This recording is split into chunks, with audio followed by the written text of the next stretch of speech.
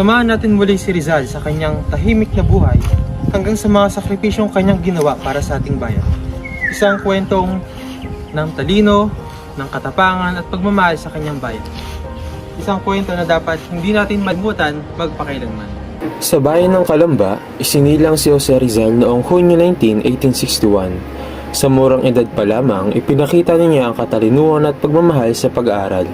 Ang kanyang ina, si Teodora Alonso, ang unang nagturo sa kanya ng pagbabasa at pagsusulat.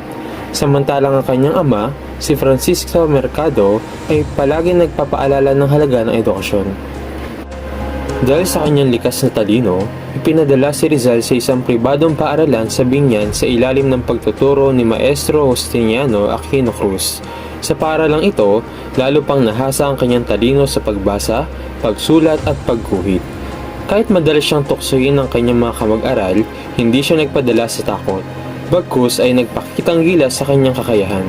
Isang trahedya ang bumalot sa kabataan ni Rizal nang ang kanyang ina ay maling pinaratangan at ipiniit sa loob ng halos 2 taon.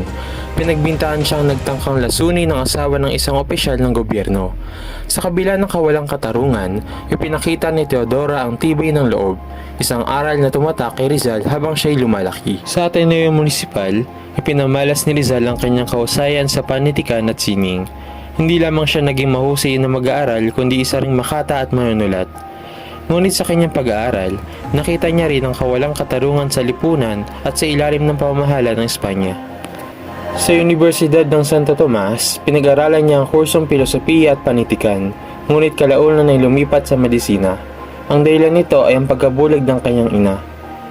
Ninais niya maging isang doktor upang matulungan ito at papanumbalik ang kanyang paningin. Ngunit dahil sa diskriminasyong naranasan niya sa Maynila, nagpasya siyang ipagpatuloy ang kanyang pag-aaral sa Europa. Naglakbay si Rizal patungo sa Europa upang ipagpatuloy ang kanyang pag-aaral. Sa Madrid, nakatagpo siya ng mga Pilipinong may parehong mithiin ang ipaglaban ang kalayaan sa pamamagitan ng edukasyon at panulat. Sa panahong ito, isinulat niya ang Noli Me Tangere, isang akdang naglalantad ng pang-aabuso sa bayan. Ang Noli Me Tangere ay naging isang sigaw ng pagkamulat. Tinuring itong isang banta ng mga Espanyol. Ngunit para kay Rizal, ito ay isang mensahe ng pag-asa. Sinundan niya ito ng El Filibusterismo, nagpapakita naman ng mas madilim na pananaw sa hinaharap ng bayan kung hindi ito lalaban. Dahil sa kanyang mga sinulat, pinilit siyang bumalik sa Pilipinas. Ngunit hindi siya tinanggap bilang isang reformista, sa halip siya ay pinatapon sa dapitan. Sa kabila nito, hindi siya tumigil sa paglilingkod. Tinayo niya ang paaralan, tumulong sa mga may sakit, at nagdisenyo ng mga infrastruktura para sa komunidad. Sa kabila ng kanyang kapayapaang adikhain, si Rizal ay pinaratangan ng sedasyon at paghihimagsik.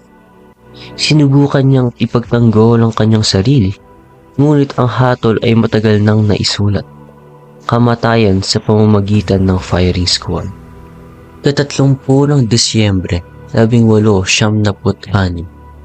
Isang umaga ng kadakilaan at sakripisyo. Sa bagong bayan, hinarap ni Rizal ang kanyang kapalaran ng walang takot. Sa kanyang huling sandali, iniwan niya sa bayan ng isang mensahe ng pagmamahal at pag-asa. Ang kanyang katawan ay bumagsak sa lupa, ngunit ang kanyang diwa ay lumipad patungo sa kalayaan ng kanyang bayan. Mula sa kanyang pagkabata hanggang sa kanyang huling hininga, pinakita ni Jose Rizal ang tunay na diwa ng pagiging isang Pilipino.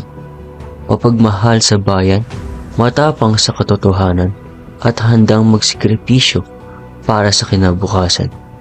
Hanggang ngayon, ang kanyang mga salita at prinsipyo ay patuloy na nagbibigay liwanag sa ating landas tungo sa tunay na kalayaan.